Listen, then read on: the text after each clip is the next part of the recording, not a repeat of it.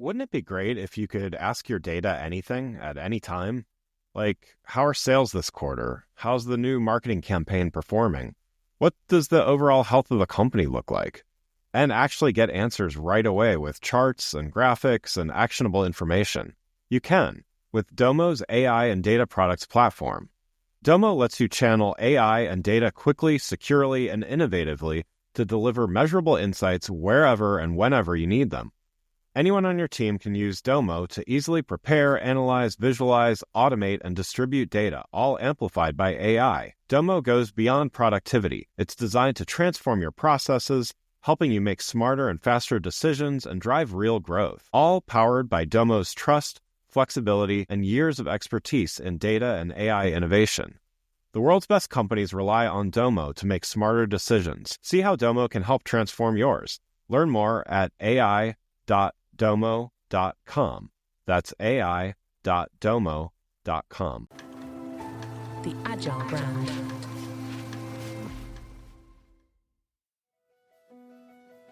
Welcome to Season 6 of the Agile Brand, where we discuss marketing technology and customer experience trends, insights, and ideas with enterprise and technology platform leaders. We focus on the people, processes, data, and platforms that make brands successful, scalable, customer-focused, and sustainable. This is what makes an Agile brand. I'm your host, Greg Kihlstrom, advising Fortune 1000 brands on MarTech, marketing operations, and CX, best-selling author and speaker.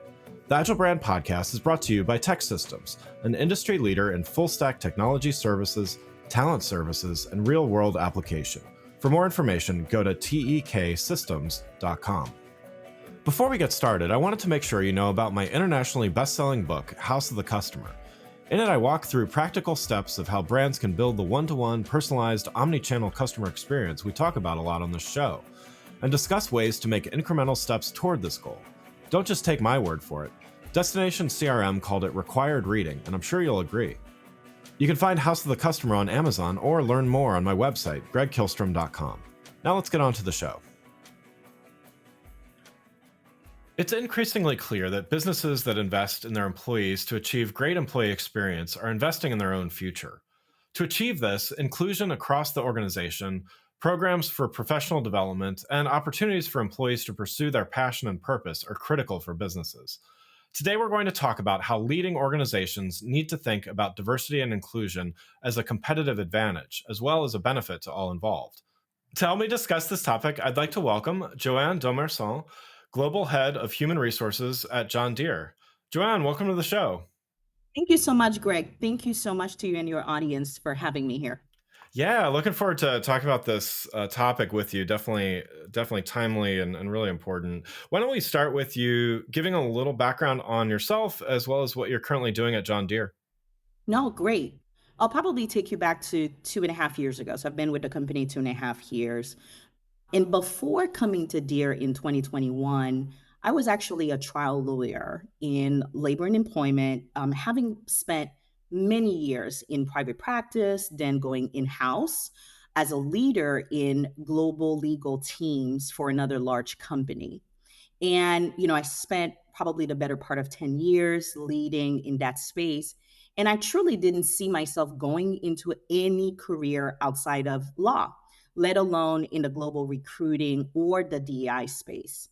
So in 2020, that all changed after some chance conversations with several senior executives at John Deere. And, interestingly, Deere was looking for someone with an outside perspective, emphatic ambition to recruit more diverse talent into the organization at the time, and more specifically, someone who could, if you will, push the envelope in attracting those who would be contributing to our company's higher purpose, right? In providing food, fuel, fiber, and infrastructure needed to support a global population that is increasingly growing, as you know.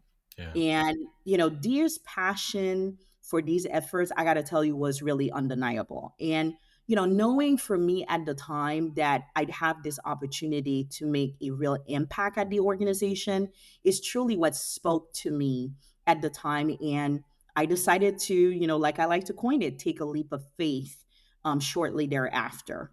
And, as you can see, as you can think through this, recruiting, developing the right combination of people really became super imperative to our strategy and really became the core of our values, right? So that was really precisely my job, making sure that we had this broad representation of different backgrounds and perspectives into the room to drive unique solutions for our customers. So I did this for about 2.5 years at the enterprise. And currently, I hold an expanded role in the organization, leading, to your point, HR for the chief financial officer, the chief people officer functions, and then also leading, people transformation, HR compliance, and policy. So it truly has been an exciting journey with an exciting company over the last 2.5 years. Yeah, that's great, and definitely, yeah, sounds like there's some related, but a lot of different things that you're able to contribute to, and Mhm. everything. I'm wondering, what's with these things in your purview. What's the most challenging aspect of your job? What keeps you up at night, and how do you address that? Really great question. So, for me, continuing to focus on our employee well being is really at the forefront of my mind, Greg, every single day. Right. So, Yeah. when you think about the events of the last few years with the impact of, COVID across the country, and in particular in manufacturing operations, right? The personal and professional stressors that have ensued, really, they're real, right? So Yeah. ensuring that, our employees have a good understanding of, the benefits that we provide, the services that are available, has been critically important, and truly shining a light on future facing well-being strategies that we need to continue to learn from other benchmark companies, which is something that we do quite often, so that we can deploy those and can stay ahead of the curve, is critical. And it's really paramount. Because I gotta tell you, what I really appreciate having been, at Deere over the last 2 years, is that our employees are truly core to who we are and how we operate, and they really form our most valuable asset, right? So that intense focus on well-being then and then now and into the future, particularly as we are, I don't like to call it we're completely out of COVID, but at least COVID is in the back burner. Right. But the Right. other pressures and stressors, right, that face folks on a day-to-day basis really make this a critical component that I have to continually drive and strive for. Yeah. And so with that, the you mentioned the competitive pressures. Certainly there's a Mhm. lot of pressure to keep and retain and attract talent. There's also, given that employees and the team members are such a valuable asset to the company, all of this kind of drives towards, you need a great employee experience to Mhm. do all of the above, really. So, what would you say some of the factors that create that great employee experience are?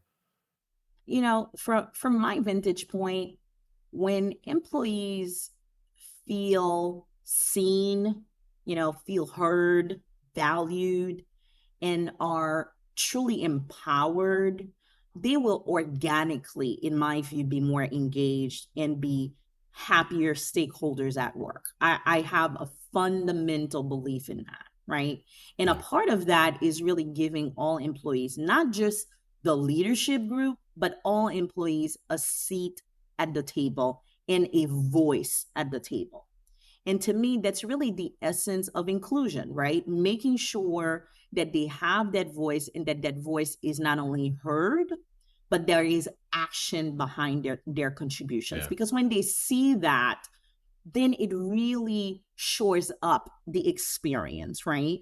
And I really believe that employees will bring their best selves to work when they do feel that sense of value. So if you truly foster this culture of inclusion that's driven by action, it truly organically results in higher performance, higher productivity and higher engagement, right? In an organization like ours, which is, a profit, profit company, you're always thinking about performance, productivity, and engagement. But I'm a big believer in that, if my employees are not engaged, if they don't feel valued, then you're losing out on what the output potentially can be. Yeah. So that's a really important component, and probably one of the more critical components, if you will, of creating this great employee experience, as you've coined it.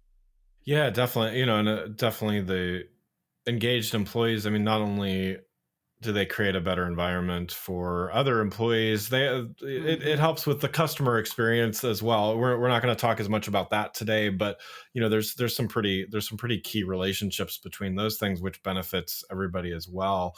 But For kind sure. of going back to the inclusion part, and I've certainly seen this in my own work, and working with teams and at some very large organizations and different types of work. Diversity of backgrounds, perspectives, ideas, definitely it can lead to greater innovation. And again, I've seen this in my own work. But can you elaborate on this, and maybe why does it work this way? And can you give a few examples? Yeah, you're spot on. True believer in, the correlation, right, between that and leading to deeper innovations for an organization. So our background and our experiences really inform the way that we approach problems, right? Taking, information and truly come up with solutions. And I've seen it, I've experienced it, to your point, in my work, over the years, having worked in the corporate world for several years, leading teams. Diversity within teams leads to more creativity. It just does. And a broader approach to work, right? You don't have a one size fits all approach, and you're able to look at problems and solutions from, I like to call it, a 360-degree angle, if you will, right? Yeah, yeah, And there are, to your point, countless studies, right? We can't even, I mean, I can't even tell you how many there are that show how diverse companies that operate at a faster pace with higher profit margins. They just do. And for a global organization like ours, that's truly focused on solving today's challenges, right? And anticipating tomorrow's needs from our own diverse customer base, it's super critical that we have the broadest possible representation within our teams to successfully do so. So, for your listeners out there who aren't too familiar, John Deere has a long legacy of innovation to help farmers achieve the best possible outcomes on, every pass of a machine over the field, improving results and minimizing variability. That is really core to our innovative prowess. And to truly build this innovative, solution mindset, we recognize that we continuously need to expand our external talent expertise so that we can complement our ever dynamic workforce. And that's something that we're very proud of. yeah, yeah, absolutely. And so there's probably a lot of different ways that this can be done, but where are maybe one or two ways that organizations can start to incorporate some of these more diverse perspectives and ideas to drive innovation in their orgs? For organizations like ours, I think it's important to employ, a workforce that reflects the global diversity of our communities, the global diversity of our customer base, so on and so forth. And when you think about it, so that really means being reflective of the global population, right? If you are a global organization, you should be able to see representation of the world within your employee base, right? So Yeah. inclusive leadership and employee engagement, which we talked about a little bit earlier, in all facets of how the company operates, then becomes even more crucial, right? And that allows employees to know where they stand, that they feel, safe to challenge the status quo or offer a different or innovative solution that no one had thought about before. Truly listening to and embracing diversity of perspective really, really builds trust with employees, and I believe creates stronger relationships, promotes high performance, and promotes the legacy building and the loyalty that large organizations, right, want to be able to see tethered within their employee base. Wouldn't it be great if you could ask your data anything at any time? Like, how are sales this quarter? How's the new marketing campaign performing? What does the overall health of the company look like? And actually get answers right away with charts and graphics and actionable information. You can with Domo's AI and data products platform. Domo lets you channel AI and data quickly, securely, and innovatively to deliver measurable insights wherever and whenever you need them. Anyone on your team can use Domo to easily prepare, analyze, visualize, automate, and distribute data, all amplified by AI. Domo goes beyond productivity. It's designed to transform your processes, helping you make smarter and faster decisions and drive real growth, all powered by Domo's trust, flexibility, and years of expertise in data and AI innovation. The world's best companies rely on Domo to make smarter decisions. See how Domo can help transform yours. Learn more at ai.domo.com. That's ai.domo.com. You touched on this a little bit, as far as, a lot of people know the John Deere name, probably can even visualize the logo, at least I can, Yeah. when you close your eyes, but, they may not be as familiar with, some of the innovative technology that you mentioned a little bit Mhm. ago. So, how do you work to educate potential employees about this? Because, just to be, you're not just competing with direct competitors for, potential team members. You're competing with Silicon Valley technology companies and all, it Yep. kind of runs the gamut, right? So, how do you educate potential employees about this while, kind of ensuring that you get the right combination of diversity to drive some of the things we previously discussed? Yeah, Greg, that's an excellent question. I actually, came into the organization with this very edict in mind, right? How do we really expand our brand beyond the borders, right, where we operate? So, just maybe a tidbit of a background. So, Deere traditionally is 187-year-old organization, one of the more seasoned, the most seasoned brands in the country, and is a very, very modest company in how it shows up externally. That's been core to how it has operated for nearly 200 years, and very clearly is extremely well known in the agricultural sector, in your construction and infrastructure communities as well. But it became incredibly and readily clear to us that to continue to attract, to your point, the broadest pool of top-notch talent, we really needed to expand our brand externally. So you will see us probably more so now than we have ever in the past.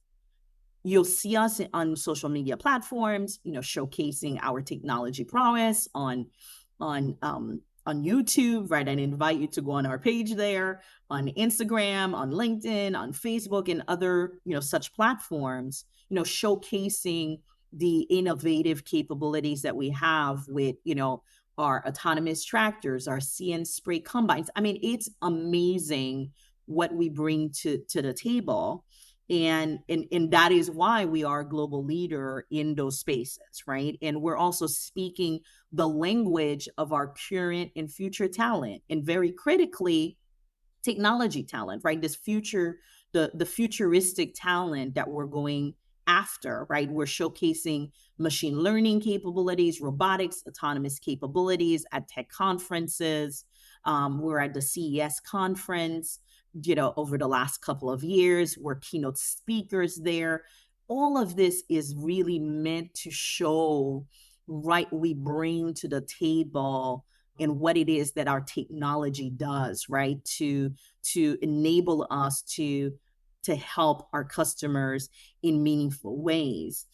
But we also made a huge decision a few years ago, 2 to 3 years ago, to actually go where the talent is, Greg. So we now have a real presence in places like Chicago, Austin, Bangalore, India. We are in various spaces in California, markets that are truly rich in the tech talent, the pool of the future that we're looking for, while continuing to remain very much committed to the communities where we've operated for decades, right? So it became very clear that having an external facing opportunity to go where the brand needs to be, the talent of the future needs to be, became a critical component, right, of how we had to strategically get ourselves to educate what the future employee base could look like. And we've really shored that up over the last couple of years. Yeah, and so to do that and to do it well means you need some measures of success, right? Of like, Mm-hmm. what are we? It sounds like at an aspirational level, there's certainly one thing, but in actually putting metrics to that and things, Yep. how do you look at that? How do you measure success in building a great team and even Mm-hmm. to help where to go directionally? Great question. Great question. So, I'll talk about a few things. So we truly measure the impact of our DI strategy, our talent strategy. And by talent, I mean not just talent attraction, right, but talent development as well, through the employee experience survey results, right? That we're very focused on having regular touch points, right, and getting to understand what the true employee experience is within the organization, and having recurring pulse surveys right in between. We don't want to be waiting out 1 or 2 years out to really understand what's happening, and having these recurring touch points and gleaning the right insights from the data becomes very important, right? And we're also measuring ourselves against the sustainability development goals from the United Nations, right? So that's something that we are pulling very critically based on the DI efforts in our strategy that we want to deploy. And we truly intend for, ultimately, for accountability to be held by measuring the impacts of our actions to increase representation, opportunities, access for women and underrepresented groups in our work environments, in our business relationships, and in the communities where we operate as well. Yeah, yeah. Well, Johane, thanks so much for joining today. I've got a couple questions for you, but one main one. You've given a lot of great advice already, given a lot of great insights on really what it takes to think about both diversity and inclusion, as well as building successful teams. What's a next best action you'd recommend for those listening who want to do just that? Want to build more inclusive, diverse teams and also achieve that greater innovation? Great question. So, here's what I would say. If you want to foster diversity, embrace what makes employees who they are, there are a few things that we can do, right? One of the things can definitely is that companies can consider creating different employee or business resource groups, right? So whether you call them ERGs or BRGs in your respective spaces, I really find that these groups foster this supportive and inclusive sense of community and belonging among employees from diverse backgrounds. And, companies can also leverage these groups to provide employees with, networking opportunities, mentorship programs, certainly continue to lean into cultural events because, employees want to feel that their cultural backgrounds are also shown and valued within the organizations, developmental opportunities to be facing with the leadership in various organizations becomes key. But also it's important for companies to demonstrate that to their employees that their voices and their contributions matter, right? So equipping our employees with the knowledge and skill sets that they desire empowers them to be their best selves, right? So that's where we talk about it's not just about attracting the employees, but it's also about developing our Yeah. employees. Because to truly ensure that every employee, whether you're on the production side, whether you are on the salaried side of any enterprise, a manufacturing enterprise, for example, has equitable access to career advancement opportunities, it's truly important that employees are given the tools and the skill sets needed so that they can successfully perform their jobs, right? So, companies can consider building, robust development opportunities, programs, protocols that ensure that their employees can chart their own career paths and feel supported in their growth wherever they lead them. Yeah, and so on the flip side, maybe this is the inverse of that last question is, what advice would you have, or what advice would you give to talent from diverse backgrounds on bringing themselves to work? I would give them the advice that I give to myself, right? Which is absolutely find companies whose values align with your own. Yeah. I cannot stress that enough. It will truly transform the way that you engage with the company, the way that you build a more purpose driven and ultimately more rewarding employee experience. You will be able to bring in so much of your contributions when those values are fully aligned with yours. And that is what I've found at John Deere. I am proud to bleed green, as I like to call it, because those values are so synergetic, Greg. And, there are times where, folks might need to grapple with that, right? Because they might have, other constraints and other concerns. But I'm hoping that by and large, at some point in someone's career, they can really take a step back and look and evaluate and assess their values with that of their companies and come to a yes, because it really does make for a much more meaningful professional career, which ultimately, I got to tell you, Greg, leads to a much more happy person, right? And Yeah. even in your personal space, when you are also a happy contributor at work. Yeah. Oh, love it.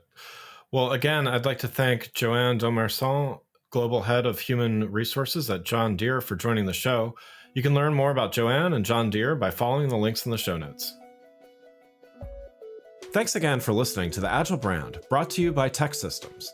If you enjoyed the show, please take a minute to subscribe and leave us a rating so that others can find the show more easily. You can access more episodes of the show at www.gregkihlstrom.com. That's GregKihlstrom.com. While you're there, check out my series of best-selling Agile Brand guides, covering a wide variety of marketing technology topics, or you can search for Greg Kihlstrom on Amazon.